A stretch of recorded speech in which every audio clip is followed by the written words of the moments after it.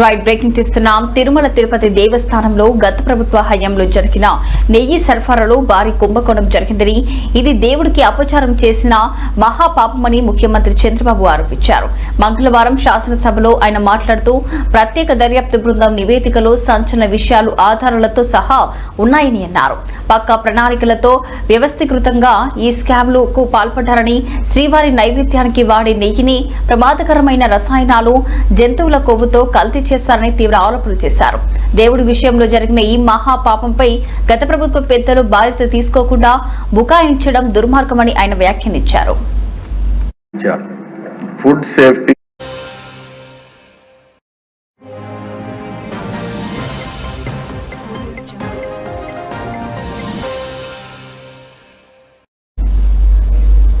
రోజుకు 4 లక్షల లీటర్ల పాలు సేకరించాలన్న నిబంధనను పూర్తిగా తొలగించి నెయ్యి తయారీలో అనుభవాన్ని 3 ఏళ్ల నుంచి ఏడాదికి కుదిరించాలని మండిపడ్డారు. డైరీల వార్షిక టర్నోవర్ను 250 కోట్ల నుంచి 150 కోట్లకు తగ్గించి, ఇక సాంకేతిక అధ్యయనం, ఫీల్డ్ విజిట్ వంటి కీలక ప్రక్రియలకు పూర్తిగా మినహాయింపు ఇచ్చారని పేర్కొన్నారు. ఆ పక్క కల్తీ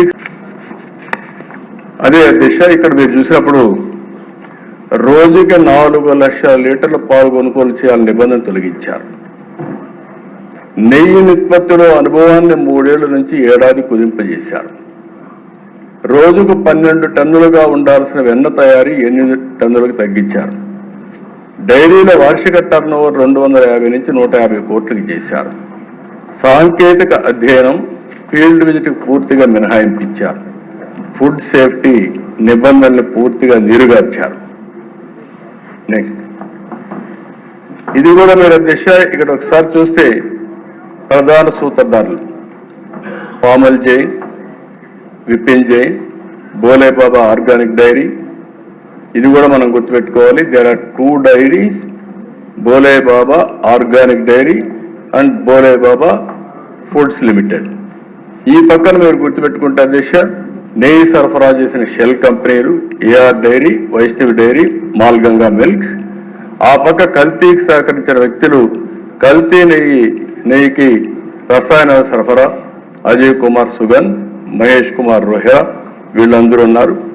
బ్యాంక్ అకౌంట్లో 4,69,00,000 రూపాయలు లంచం డబ్బుతో దొరికిపోయిన టీటీడీ బోర్డు చైర్మన్ పిఏ చిన్నపన్న కల్తీ నెయ్యి సరఫరాకి సహకారం అందించింది కూడా చిన్నప్పని అని చెప్పి చాలా స్పష్టంగా మనకు ఒక ఐడియా వస్తుంది.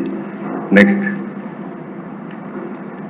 ఇక్కడ దిశ మీరు చూస్తే నకిలీలతో మకిలీ తప్పుడు ధృవపత్రాలతో నెయ్యి సరఫరా చేసి బిడ్లు బోలేబాబా వేసిన వ్యక్తి A1, A6, A19.